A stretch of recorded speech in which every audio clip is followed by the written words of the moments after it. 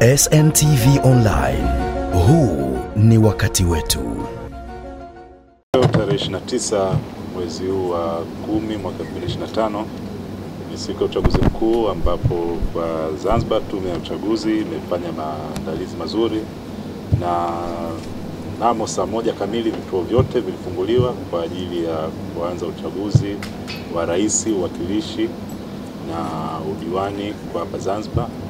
Na vituo vyote vimefunguliwa kwa wakati, vifaa vilisambazwa kwa wakati, na watendaji wote walikuwepo katika vituo na kuanza kazi.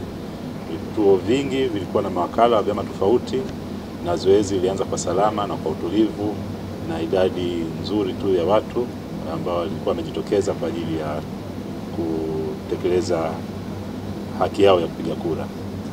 Mpaka muda huu hakuna changamoto yoyote kubwa ambayo kama tume tumepokea. Changamoto ni ndogo ndogo ambazo zote tumeweza kuziweka sawa. Na moja changamoto tulikuwa tunapata malalamiko kutoka kwa baadhi ya wagombea kwamba kuna mawakala wao wanakosa fursa ya kuingia kwenye vituo, lakini nadhani ilikuwa ni vituo kama 2 au 3, kimoja hapo Bwawani ambapo mimi mwenyewe niliweza kwenda na kuweza kusuluhisha kesi ambayo tulikuwa nayo. Lakini kwa ujumla hakuna changamoto yoyote kubwa kwa upande wetu, kuanzia kwenye utendaji, vifaa, maeneo ambayo tumeweka vituo vyetu na kadhalika. Waandishi wa habari wote wamepata fursa, wote ambao wamepata vibali vya katika maeneo hayo wamepata fursa nzuri tu. Waangalizi wa ndani na kimataifa wote wamepata fursa nzuri ya kuweza kuangalia zoezi zima linalokwenda. Kwa hiyo kwa jumla mpaka sasa hivi zoezi letu linaenda vizuri. Kwa mwenendo huu wa hali ya ulinzi na usalama kuimarishwa nchini, matarajio ni yapi ya matokeo ya uchaguzi?